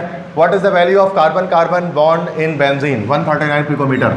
दो बेंजीन के बीच, कार्बन के बीच में पिकोमीटर में 139 है। Next, which of the following Acer give jasmine flavour, रट्टा लगाना है, मेमोराइजेशन है। जैस्मीन हम कहते हैं वो चंबेली, चंबेली का जो फूल होता है ना, उसकी खुशबू कौन सा कंपाउंड होती है, उसकी खुशबू किस कंपाउंड से आती है, बेंजाइल एसीटेट। ये एक एस्टर होता है, फ्रूटी स्मेल, और जिससे जो है वो चंबेली की खुशबू आती है, जिससे चुड़ैल आ जाती है। चंबेली की खुशबू लगाने से शाम में बोलते हैं ना, चुड़ैल आ जाती है। The alkenes can be formed by alcohol in the presence of dash. Alkenes को अल्कोहल से बनाया जा सकता है किसकी प्रेजेंस में, अल्कीन्स को अल्कोहल की कैसे कर सकते हैं, अल्कोहल्स की डिहाइड्रेशन से बनाया जा सकता है। डिहाइड्रेशन में वैसे हम सल्फ्यूरिक एसिड इस्तेमाल करते हैं। अगर आप सल्फ्यूरिक एसिड इस्तेमाल ना करना चाहें तो उसका दूसरा हमारे पास रिएजेंट जो होता है, this is acidified CuCl2, cupric chloride जो होता है, उससे भी हम बना सकते हैं। This is also dehydrating agent in Punjab board and federal board. वैसे सिंध बोर्ड में हम सिर्फ सल्फ्यूरिक एसिड यूज़ करते हैं एज अ डिहाइड्रेटिंग एजेंट, उसको याद रखें। आगे बढ़े। नेक्स्ट है delta HF of which of the following can not be measured directly. इनमें से किसकी हीट ऑफ फॉर्मेशन की वैल्यू डायरेक्टली कैलकुलेट नहीं कर सकते। मैंने शायद आपको बताया था, सी, कार्बन मोनोऑक्साइड। वजह क्या होती है, जब भी आप कार्बन को जलाते हैं तो सिर्फ आपको कार्बन मोनोऑक्साइड का भी नहीं मिलता, आपको कार्बन मोनोऑक्साइड और कार्बन डाइऑक्साइड दोनों चीज़ें मिल रही होती हैं। तो ऐसा नहीं हो सकता कि 1 मोल CO डायरेक्टली किसी भी सूरत में फॉर्म हो जाए, और चूँकि 1 mole of product directly form नहीं हो रहा होता, जिसकी वजह से हम यहाँ पर CO की डायरेक्टली हम हीट ऑफ फॉर्मेशन कैलकुलेट नहीं कर सकते कार्बन मोनोऑक्साइड की, पंजाब बोर्ड के लिहाज से। नेक्स्ट है, how many unhybridised orbital are there in ethyne molecule. Ethyne के अंदर अनहाइब्रिडाइज्ड ऑर्बिटल कितने होते हैं, 2 होते हैं, एक कार्बन के पास 1 होता नहीं, 4 होते हैं, एक कार्बन के पास 2 होते हैं, 2 के पास 4। तो डी ऑप्शन, PY और PZ अनहाइब्रिडाइज्ड होता है ना, सही है। क्लियर है यहाँ तक। The rate of diffusion of a gas having molecular molar mass 32 as compare to hydrogen gas, कितना होगा, डायरेक्ट निकाल लेते हैं भाई। 32 डिवाइड बाय 2, 16, 4 टाइम्स हो जाएगा, सिंपल। नेक्स्ट है ग्राम्स लॉ ऑफ डिफ्यूजन।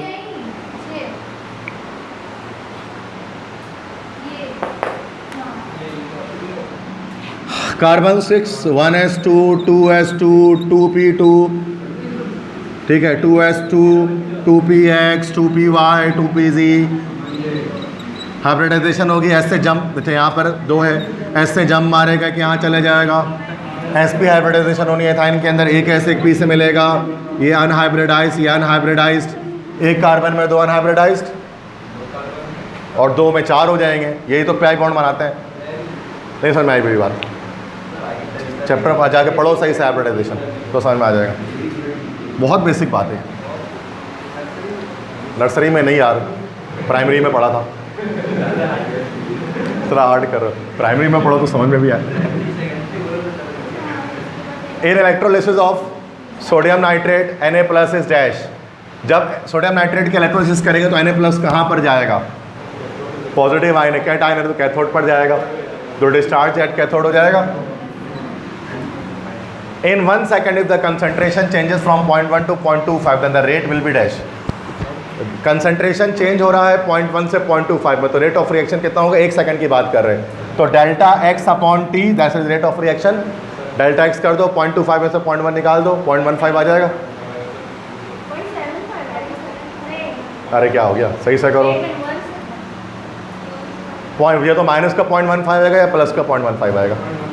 0.15 ही आएगा ना, तो सी ऑप्शन करेक्ट है. माइनस कर देंगे दोनों की कंसंट्रेशन चेंज जितना भी हो रहा है, तो डेल्टा एक्स अपॉन टी. अब आप रेट ऑफ अपेरेंस और डिसअपेरेंस दोनों से बता सकते हैं, एक में प्लस है एक में माइनस आएगा. अपेरेंस ऑफ प्रोडक्ट क्लास है प्लस में, डिसअपेरेंस ऑफ रिएक्टेंट क्लास है माइनस में. बताया था ये सब मैंने आप चैप्टर 8. नेक्स्ट है enzymes which bring about change exchange of functional group. पढ़ा था ये. कौन सा एंजाइम होता है? ट्रांसफरेज. पता है एसिटाइल CoA को एंजाइम में बताया था, ट्रांसफ़र कर रहा होता है, जो एक्सचेंज कर रहा होता है. Lighter the oxidation state of metal more will be dash. जितना कम ऑक्सीडेशन स्टेट होगा मेटल का, उतना ज़्यादा मेटल की जो है वो एसिडिटी होगी, उतना ज़्यादा एसिडिक नेचर रखेगा. ऑक्सीडेशन नंबर जितना कम होगा उतना ज़्यादा वो एसिडिटी रखेगा, एसिडिक नेचर उतना ज़्यादा होगा. ठीक है, तो ये इसको याद रखें. 53 को मेमोराइजेशन है, याद रखें. It consist of discrete molecules. 54 MCQs. Discrete मतलब अलग अलग मॉलिक्यूल्स हों, किसमें होंगे?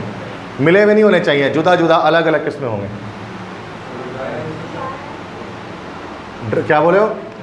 ड्राई आइस के अंदर होंगे. वजह क्या है? देखो, सोडियम क्लोराइड क्रिस्टल लैटिस बनाकर होगा, सारे जुड़े हुए होंगे, आयनिक सॉलिड है.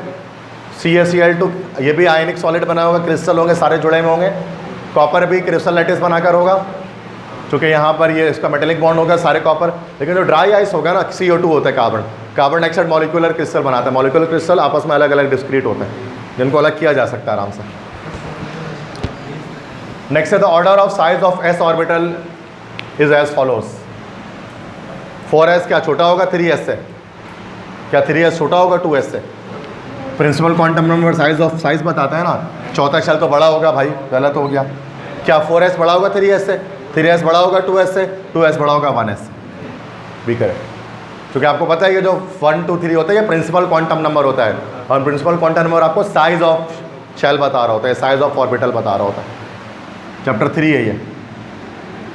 Among halogens iodine is solid at room temperature while bromine is liquid and chlorine fluorine are gases at room temperature. ऐसा क्यों है भाई? आयोडीन देखो, fluorine, chlorine, bromine, iodine solid क्यों होता है, जबकि फ्लोरीन, क्लोरीन वगैरह तो गैसेज होते हैं. आयोडीन के सॉलिड होने के पीछे क्या वजह है? सब्लाइम सॉलिड होता है. Yes, due to stronger dipole. कहाँ से आ गया अल्लाह के बंदे? London force. London force iodine की ज़्यादा क्यों होती है, फ्लोरीन की क्यों ज़्यादा नहीं होती है? यस, फ्लोरीन का आइटम का साइज़ छोटा होता है, जितना बड़ा साइज़ होगा उतना ज़्यादा इलेक्ट्रॉनिक कह लो कि हमारे पास स्ट्रक्चर होगा, उतना ज़्यादा क्या बोलते हैं इलेक्ट्रॉन क्लाउड होगा, उतनी ज़्यादा हमारे पास डायपोल वो डिस्पर्जन फोर्स होंगे, लंदन फोर्स होंगे. तो आयोडीन का लंदन फोर्स बहुत ज़्यादा स्ट्रॉन्ग होता है, इसकी वजह से वो सॉलिड होता है, हैलोजेंस में सबलाइम सॉलिड होता है. लेकिन चूँकि वो फोर्स भी इतना स्ट्रॉन्ग नहीं होता, वीक होता है, इसलिए फॉरेन से सॉलिड से जैसे ही वो ब्रेक होता है गैस बन जाता है, सबलाइम हो जाता है. ठीक है, क्लियर? आगे बढ़े. तो 9 के जो कॉन्सेप्ट्स है ना बच्चे, तो आप देखते हो कि जब आप इंटर में आते हो ना, और आप जब 9 में होते हो तो आप बड़ा एक डिफरेंस होता है दोनों में. अब आप इस लेवल पर खड़े होते हो ना कि आप 9 का बच्चा सामने आपके मौजूद हो ना, तो आपको कुछ ना कुछ आप उसको गाइड कर सको. अच्छा, 9 का बच्चा भी फिर सोचेगा टीचर को कितना पता है, ये तो हमारी बुक में लिखा हुआ ही नहीं है, क्योंकि 9 में तो बच्चा डेफिनेशन पे बात कर रहा होता है, वो भी रट रहे होते हैं ज़्यादा. डायपोल फोर्स, लंदन फोर्स, यहाँ पर हम कितनी बातें कर रहे होते हैं इन तमाम चीज़ों के बारे में. तो टाइम टू टाइम चीज़ें सीख जाते हैं. स्टूडेंट्स 9 में कहा करते थे कि सर ये तो हमें क्यों नहीं पता ये चीज़, ऐसा क्यों नहीं है. लेकिन मैं बताता कि एक वक्त आता है कि आपको भी पता लग जाता है सब कुछ, और आप भी वो सब चीज़ें जान रहे हो, तो जो आप क्लास 9 में नहीं जानते थे. ये तरीका है, दुनिया का असूल ही है, ये प्रोसेस है. एज टू एज आप जब आगे बढ़ते रहते हैं आप चीज़ें सीखते रहते हैं. लास्ट टेस्ट पेपर है यहाँ पर. तो a mole of a substance contains dash particle. किसी भी सब्सटेंस के 1 मोल में कितने पार्टिकल्स होंगे? यार बड़ा सिंपल है, Avogadro number. Which alkali metal only combine with nitrogen. इनमें से नाइट्रोजन के साथ सिर्फ एक ही कंबाइन होता है. कौन? नाइट्राइड एक ही बनता है, एक ही का नाइट्राइड बनता है. याद कर लो, लिथियम का बनता है. लिथियम नाइट्राइड के फॉर्मेशन करता है, स्मॉल साइज की वजह से कोवेलेंट बॉन्ड बना लेता है नाइट्रोजन के साथ. Lithium nitride LiN -3 +1 Li3N formula आता है. बाकी नाइट्राइड कोई नहीं बनाता है. क्योंकि जितना छोटा साइज होगा उतना आराम से कोवेलेंट बॉन्ड बन सकता है, और बड़े साइज जो होते हैं वो आयनिक बॉन्ड आराम से बना लेते हैं। The elements having partially filled d and f orbital are called as, simple है, बताओ। ट्रांजिशन एलिमेंट, एक मिनट, हाँ ट्रांजिशन भी बोल सकता है, तो ये दोनों ट्रांजिशन ही होता है, ऑल ऑफ दीज लगा लेते। चलो एक मिनट, नहीं ए होगा मेरे लिहाज से, मैं बता रहा हूँ क्यों। चूँकि पार्शियली फिल्ड, चूँकि फुल फील्ड जब हो जाता है तो डी और एफ कह सकते हैं। जैसे जिंक को हम ट्रांजिशन एलिमेंट नहीं कहते, जिंक कैडमियम मरकरी को, उसका ये सूडो ट्रांजिशन होता है, नॉन टिपिकल होता है। वजह क्या है, क्योंकि उसका फुल फील्ड होता है। तो जो पार्शियली फील्ड होता है उनको सिर्फ ट्रांजिशन एलिमेंट्स कहते हैं। ठीक है, डी ब्लॉक में हमारे पास जो ग्रुप हमारे पास होते हैं ना, जैसे 2b, तो वो हमारे पास नॉन टिपिकल होता है। नेक्स्ट है when sudden expansion of gases take place cooling occurs, जब गैस फैलती है तेज़ी के साथ एक्सपेंशन होती है गैसेस की, तो कूलिंग अकर, ठंडक शुरू हो जाती है। इसको हम क्या कहते हैं, this is called joule Thompson effect. याद करना पड़ेगा फेडरल बोर्ड से, ये जूल थॉम्सन इफेक्ट। ये सिंपल है भाई, ये नॉर्मली एटमॉस्फेयर के साथ ऐसा ही होता है ना कि जब टेम्परेचर बढ़ता है ना मॉलिक्यूल किसी भी जगह का, जैसे गर्मी बहुत ज़्यादा होनी शुरू हो जाती है, गर्मी बढ़ जाती है एटमॉस्फेयर में, तो वैसे क्या होता है, गैसेस एक्सपेंड होती हैं चार्ल्स लॉ के बदौलत। और जैसे ही गैसेस एक्सपेंड होती हैं तो क्या होती है कि ठंडी हवा उसकी जगह ले लेती है, कूलिंग अगर होती है। और जब कूलिंग अगर होती है, लो प्रेशर रीजन जनरेट होता है और तूफान आते हैं और फिर बारिश के बादल आ जाते हैं आपके पास। ये पूरा मेट्रोलॉजिस्ट और माहिर मौसमियात होते हैं, सब देख कर आपको बता रहे होते हैं कि आज बारिश होगी कि नहीं होगी। वो लो प्रेशर रीजन जनरेट, इस तरह जूल थॉम्सन इफेक्ट लग रहा होता है उसके अंदर। ठीक है, ये पूरा थोड़ी स्टडी है इसकी पूरी मेटेरोलॉजी की, जैसे मौसम को प्रिडिक्ट करते हैं कि बारिश कब आएगी, तूफान कब आएगा, ये सब चीज़ें। तो नेक्स्ट है the presence of several fine lines in line spectrum shows the presence of dash. देखो जब हम लाइन स्पेक्ट्रम जनरेट हो रहा होता है ना, तो कुछ हमारे पास ब्रॉड लाइन्स बन रहे होते हैं। ब्रॉड लाइन्स के अंदर कुछ फाइन लाइन्स होते हैं। ये फाइन लाइन्स किस चीज़ की प्रेजेंस को शो करते हैं? ब्रॉड लाइन्स शेल को बताते हैं, और जो पतले लाइन्स होते हैं वो सब शेल को शो कर होते हैं, SPDF। तो सब शेल्स को फाइन लाइन्स, पतले बारीक लाइन, और जो ब्रॉड लाइन्स होते हैं वो शेल को शो कर होते हैं लाइन स्पेक्ट्रम के अंदर। हर शेल के अंदर आपको फाइन लाइन्स दिखेंगे जो सब शेल को शो कर रहे हो। ठीक है, चैप्टर 3 सही है। नेक्स्ट है in which phase SN2 reactions are favoured. भाई न्यूक्लियोफिलिक सब्स्टिट्यूशन रिएक्शन किस फेस में हो रहा होता है, और ज़्यादातर ऑर्गेनिक रिएक्शन किस फेस में होता है, किस स्टेट में? SN2 है ना, SN2 SN1 किस फेस में होता है? सॉल्वेंट क्या लेते हैं, या तो वाटर ले लेंगे या CCl4 ले लेंगे, इनका क्या होता है, लिक्विड स्टेट ही होता है। Next how many resonance structure of benzene are possible. Benzene के कितने रेजोनेटिंग स्ट्रक्चर पॉसिबल हैं? 2 कहाँ से हो गया? 3। कैक्यूल स्ट्रक्चर 2 होता है, रेजोनेंस 3 होता है, भूल गए क्या? एक में प्लस यहाँ आता है, एक में प्लस यहाँ आता है, एक में प्लस यहाँ आता है, तो 3 रेजोनेटिंग स्ट्रक्चर होता है जिसको मिलाकर इस तरह से शो कर देते हैं, तो 3 रेजोनेटिंग स्ट्रक्चर होता है। Next aldol condensation takes place in the presence of dash. Aldol condensation और कैनिजारो किससे रिएक्शन करने पर होता है? ये 7 बेग is right, NaOH sodium hydroxide, लेकिन सबस्टेट अलग अलग होता है। कैनिजारो में सबस्टेट क्या होता है? फॉर्मल्डिहाइड, और उसमें हमारे पास एसीटोन एसिटाल्डिहाइड हो सकता है। अल्फा हाइड्रोजन की कहानी याद है सबको? Next in ion electron method of balancing equations are dash. Ion electron method में जब बैलेंस करते इक्वेशन को, reason with oxidation number of constituents, split into 2 half reaction, only oxidation part is written, only reducing part is written. क्या किया जाता है? Split into 2 half reaction, तो 2 half reaction में स्प्लिट कर देता है। जो भी हम लिखते हैं enthalpy change of solution of sodium carbonate is the dash reaction. देखो सोडियम कार्बोनेट को पानी में डालेंगे, हाइड्रेशन होगी। हाइड्रेशन कैसा प्रोसेस होता है? Endothermic, exothermic. हाइड्रेशन ये सॉल्यूशन का टॉपिक है। एक्सोथर्मिक होता है, हीट एनर्जी रिलीज होती है, उसको हम लोग क्या बोलते हैं? जो हीट एनर्जी रिलीज होती है वो क्या कहलाता है? Hydration energy. एक्सोथर्मिक होता है ना, हीट रिलीज होती है।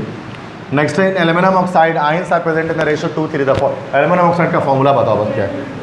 Al2O3। नेक्स्ट है phenol is also called as dash, carbolic acid, common name है। Next alkyl iodide can not be prepared directly to the halogenation of alkane, because halogenation हम alkane की नहीं कर सकते और अल्काइल हैलाइड नहीं बना सकते। क्या वजह? रिवर्सिबल हो जाता है, आयोडीन रिएक्ट्स रिवर्सिबली। इसकी वजह से, और फ्लोरीन फास्ट रिएक्शन करता है। क्या है, क्या वो तो आयोडीन है ना, सिंपल है। Next, who introduce the concept of macromolecule memorisation है, याद कर लें तो स्टॉडिंगर, पता नहीं कौन है ये। नेक्स्ट है, if double bond is present between two carbon atoms then this class of compound is called as dash. Very simple, alkene. Which of the following compound is not reduced by NaBH4। कौन सा compound reduce नहीं हो सकता? Reduce से मराद oxygen उसका remove कर दे। किसका ऑक्सीजन रिमूव नहीं कर सकते? जिसमें ऑक्सीजन होगा ही नहीं, एल्कीन में ऑक्सीजन है ही नहीं, तो उसका ऑक्सीजन रिमूव होगा ही नहीं, रिड्यूस नहीं हो सकेगा। नेक्स्ट, इक्विलिब्रियम कांस्टेंट की यूनिट क्या होती है भाई? देखो जल्दी बताओ, यहाँ पे 17 बहुत एंड होती भी है, नहीं भी होती है। NaOH is named as caustic soda. क्यों बोलते हैं कास्टिक सोडा, बताओ जरा? ऑर्गेनिक टिश्यू को कोरोड करते हैं। Acetaldehyde oxidation will lead to the formation of dash. Ethanol acetaldehyde का ऑक्सीडेशन करेंगे, क्या बनेगा? एल्डिहाइड्स का ऑक्सीडेशन से क्या बनता है? कौन सा कार्बोक्सिलिक एसिड बनेगा? एसिटिक एसिड बन जाएगा। सही है, क्लियर है सारे? Very simple. तो लोग बोला क्यों सब आ ही रहा है, सब क्या करें? अच्छा, इसका ये नेक्स्ट है, 0 degree centigrade what is the physical state of water? बहुत हाई सेंटीग्रेड, ट्रांजिशन टेम्परेचर है। नेक्स्ट है, acyclic hydrocarbons are also called as dash. Acyclic, non cyclic, open chain कहलाते हैं, ठीक है। B, next, how many molecules of H2 add in acetylene to form ethane? Ethane में, अच्छा sorry, ethyne में कितने H2 ऐड करेंगे कि वो इथेन बन जाएगा? कितने H2 ऐड करेंगे मॉलिक्यूल्स? 2 H2 ऐड करेंगे, एक करेंगे तो इथीन बनेगा, दूसरा करेंगे तो बन जाएगा ethane. 2 H2। Rate of reaction has dash, no unit, unit of moles per dm³, moles per litre, मोल पर dm³ पर second. Rate of reaction dx/dt क्या यूनिट होती है? dx/dt। अरे dx/dt, dx क्या है? कंसंट्रेशन है, मोलैरिटी पर सेकंड, मोल पर dm³ पर सेकंड। तो क्या हुआ? यूनिट जिसकी नहीं होगी, जिसकी निकालनी पड़ेगी, वो रेट कांस्टेंट है। के रेट ऑफ रिएक्शन की यूनिट होती है ना हमेशा dx/dt की fix. Nitrogen has number of electrons, protons and neutron. कितने इलेक्ट्रॉन होंगे ऐसे ही बता दो यार। N2 में, अच्छा टोटल की तादाद N2 की बात की जा रही है। एक में 14 होंगे, नहीं 14 कहाँ से हो जाएंगे? 7 होंगे। एक में 7 होंगे, 2 में क्या होंगे? 14। प्रोटॉन भी ऐसे ही होगा, न्यूट्रॉन भी तो साथ ही होता है ना, न्यूट्रॉन भी 14। 2 N2 की बात की जाए, एक की बात करें तो 7। ठीक है, क्लियर है? सारे आसान थे। Proteins are contain also contain bonding. Protein में कौन सी बॉन्डिंग होती है भाई? प्रोटीन्स जो जुड़ते हैं आपस में, पेप्टाइड बॉन्ड। तो बताओ उसमें प्रोटीन में कोवेलेंट बॉन्डिंग, हाइड्रोजन बॉन्डिंग होती है प्रोटीन में? देखो आयनिक तो होती नहीं, मेटालिक तो होती नहीं। अब कोवेलेंट और हाइड्रोजन मत रहो, कोवेलेंट तो होनी है, हाइड्रोजन बॉन्डिंग होती है, हाइड्रोजन बॉन्डिंग होती है क्या? देख लेते हैं यार, मुझे नहीं पता होती नहीं होती है। जब नहीं हो रही हो तो चेक कर लिया करो, बर्फ़ भेज देंगे आपको। यहाँ NH2 लगा लेते हैं, NH2 यहाँ लगा लेते हैं, ठीक है। यहाँ पर लगा लेते हैं COOH, यहाँ पर H, यहाँ पर लगा लेते हैं R, और ये जुड़ जाता है अगले इसके साथ H और NH के साथ। फिर यहाँ carbon, hydrogen, hydrogen, COOH। Peptide linkage में क्या होता है? यहाँ से OH निकलता है, यहाँ से H निकलता है, ये CO बन जुड़ जाते हैं किसके साथ? NH के साथ। या NH में हाइड्रोजन बॉन्डिंग है, NH बनता है ना यार, नहीं है हाइड्रोजन बॉन्डिंग, ये हाइड्रोजन बॉन्डिंग नहीं है हाइड्रोजन बॉन्डिंग यहाँ पर, हाइड्रोजन बॉन्डिंग भी है इसके अंदर, कोवेलेंट बॉन्डिंग भी इसके अंदर है। Protein also contains bonding. तो ये तो सवाल अजीब है, इसमें कोवेलेंट भी हो सकता है, इसमें हाइड्रोजन भी हो सकता है, दोनों हो सकते हैं। हाँ, अगर प्राइमरी और सेकेंडरी करके बोलता तो हम बता देते हैं, ये सवाल गलत है। तो वह कम से कम बच्चों को कंफ्यूज नहीं करना चाहिए इस तरह के सवाल देकर। अब मैं तो टीचर हूँ, मैं समझ जा रहा हूँ, स्टूडेंट तो परेशान होता रहेगा क्या सही क्या गलत है, क्योंकि दोनों ही है। अगर आप भी सोच रहे हो तो हाइड्रोजन बॉन्डिंग है ना NH के साथ, क्यों नहीं है? वैसे उसमें NH के साथ, एक सेकंड, अगर हम देखें तो क्या वो इंट्रामोलिकुलर बॉन्डिंग NH की नहीं बन रही है? अगर मैं थोड़ा सा बनाऊँ तो पेप्टाइड लिंकेज किसके साथ जुड़ रही है? एक सेकेंड, COOH निकल रहा है और NH के साथ जुड़ रहा है। हाँ, एक मिनट, ये वाले लिंकेज है। अच्छा, इस तरह से शायद ये बात करना चाह रहे थे कि ये वाली बॉन्ड चूँकि हाइड्रोजन बॉन्ड नहीं है, तो उस सूरत में NH के साथ ये वाला कोवेलेंट बॉन्ड है। अगले मॉलिक्यूल की बात नहीं कर रहे, तो बेस्ट ऑप्शन फिर कोवेलेंट वाला लेते हैं। ठीक है, चलो, अगर आ गया टेस्ट में तो क्या कर रहा है। Energy in formation of crystal lattice is dash. जब फॉर्मेशन होती है क्रिस्टल लैटिस की तो एनर्जी क्या होती है? रिलीज होती है। कौन सी एनर्जी कहलाती है? Lattice energy. Enthalpy is the sum of internal energy and dash. H = E + PV है। PV क्या होता है? वर्क डन होता है, pressure volume work. Human body contains dash kinds of protein, बताया था। प्रोटीन कितने तरह के होते हैं ह्यूमन बॉडी में? 10,000 टाइप के मैक्रोमोलिक्यूल के अंदर बताया था। The arrangement of sub shell और orbitals is according to dash rule, N+L rule. See clear है? In non polar molecules the strength of London forces depends upon number of dash. Non polar molecule में London force वैसे size of atom पे depend करता है या number of atoms, atoms में बनता है ना ये, तो एटम्स की तादाद पर भी लंडन फोर्स डिपेंड करता है। वैसे strength of London force depends upon number of, कि बजाय यहाँ पर बेहतर ये होता है कि यहाँ पर होना चाहिए था साइज़, तो करेक्ट होता है ना, साइज ऑफ एटम्स पर डिपेंड कर रहा होता है, एटॉमिक साइज पर। Atomic radii can be determined by measuring the distance between centres of dash atom. Atomic radius हम कैसे मालूम कर सकते हैं? कौन से दो एटम्स के बीच का डिस्टेंस का हाफ करते हैं? इक्वली एडजेसेंट, याद नहीं है? Half of the distance between the centres of two adjacent homo diatomic molecule is called atomic radius. An atom is composed of electron, proton, neutron and hyperon, neutrino, anti neutrino सब होते हैं। असल में 56 type of particle होते हैं।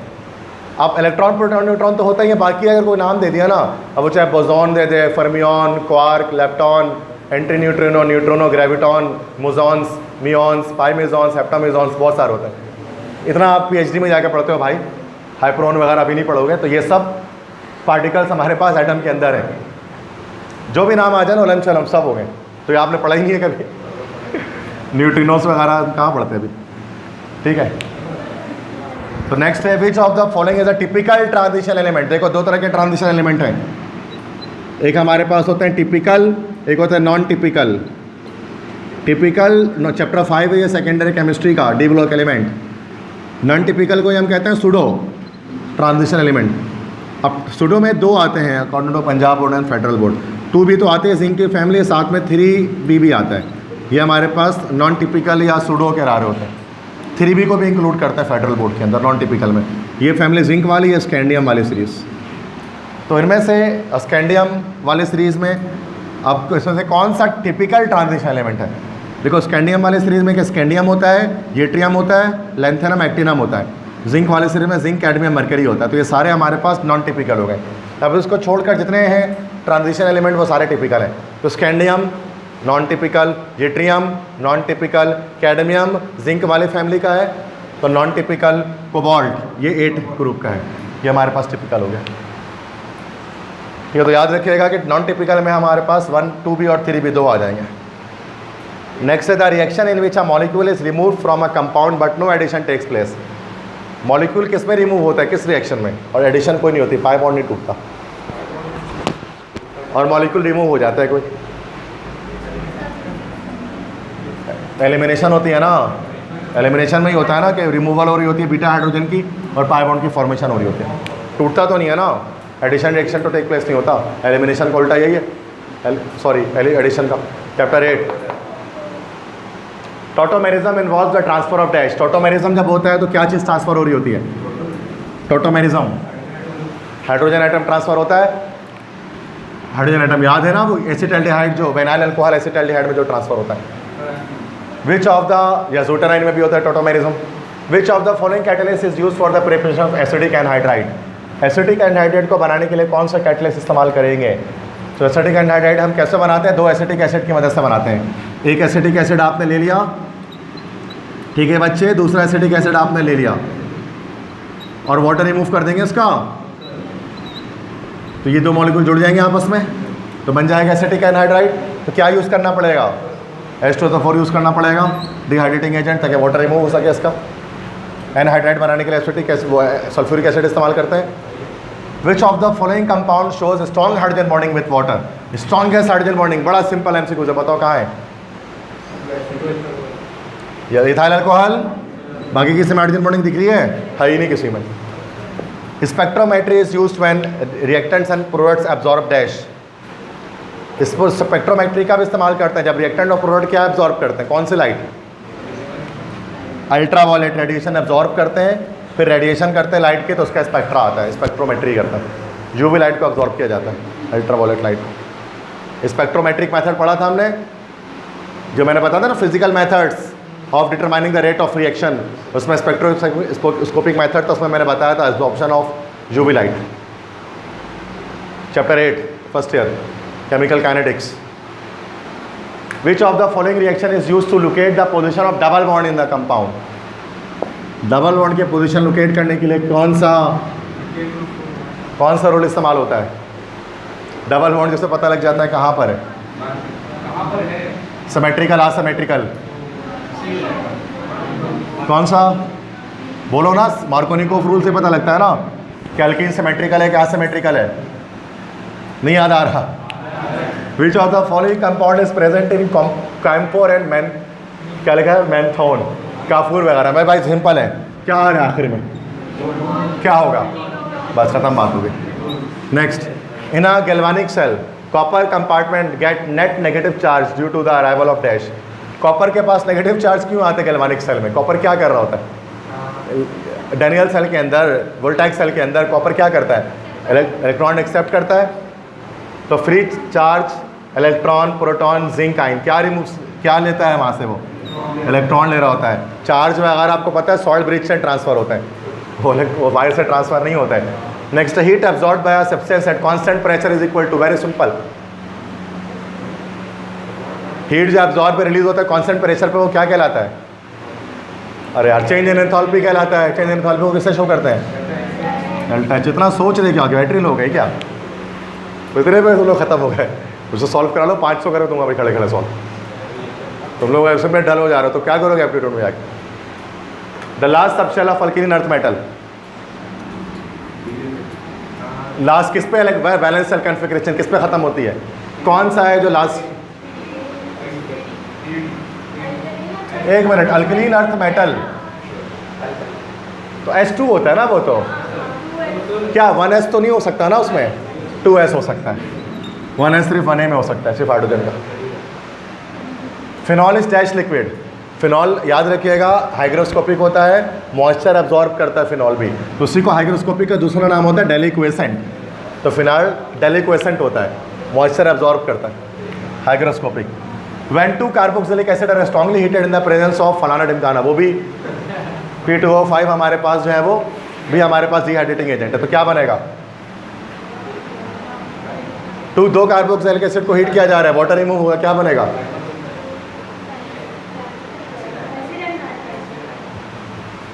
Dimer भी होता है एसिड। असल में उसका जो नाम है ना वो एसिटिक एनहाइड्राइड है, तो ये डायमर सही है, दो मिल जाते हैं ना, तो एसिटिक एनहाइड्राइड असल में डायमर है, एसिड हाइड्राइड नहीं है, वो तो एसिटिक एनहाइड्राइड है, ठीक है, सही कह रहे हो तो जाके दोबारा। The enzyme which is used in treatment of cancer, ये लास्ट ईयर आया था, पिछले साल भी आया था, ये किसमें आया था पिछले साल ही आपका भाई MD कैट में, याद रख, रट्टा मार लो, SL एस्पेरेगिनेस, और एंजाइम असल में यही है, चूँकि एज इसी में आ रहा है आखिर में, ऐसे भी देख लो एज इसी में आ रहा है, एंजाइम यही होगा, तो कैंसर के ट्रीटमेंट के लिए इस्तेमाल करता है उसको। At which temperature water has maximum density, very simple, 4 degree centigrade. The sum of mole fraction of, mole fraction का समीशन हमेशा किसके बराबर आता है, दो चीज़ों का मोल फ्रैक्शन को ऐड कर दो, सॉलिड और सॉल्वेंट का ऐड कर दो, किसी भी चीज़ के मोल फ्रैक्शन, दो अलग अलग चीज़ों फ्रैक्शंस को ऐड करेंगे, क्या आएगा, 1 आएगा हमेशा।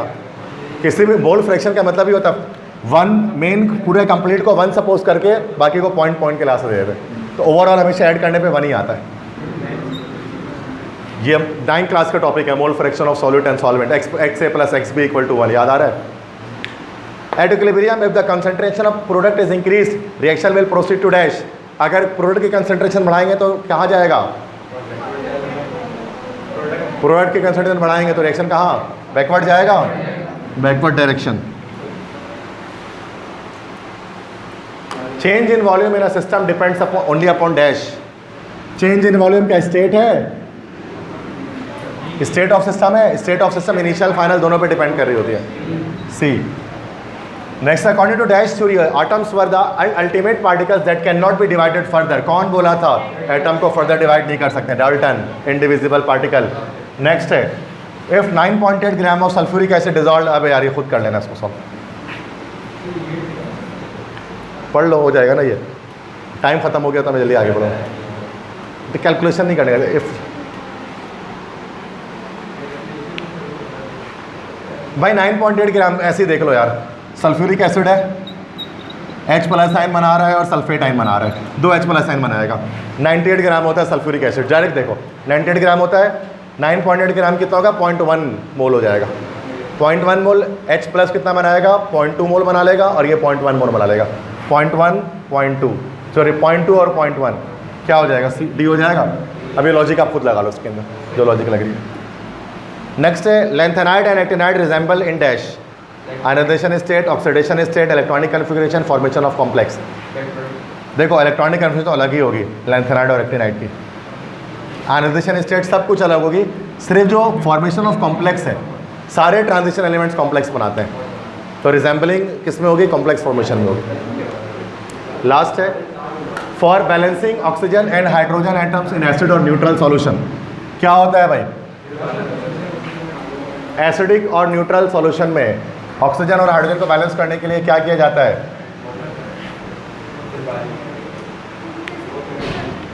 वाटर भी ऐड कर सकते हैं, H प्लस भी ऐड कर सकते हैं, ठीक है।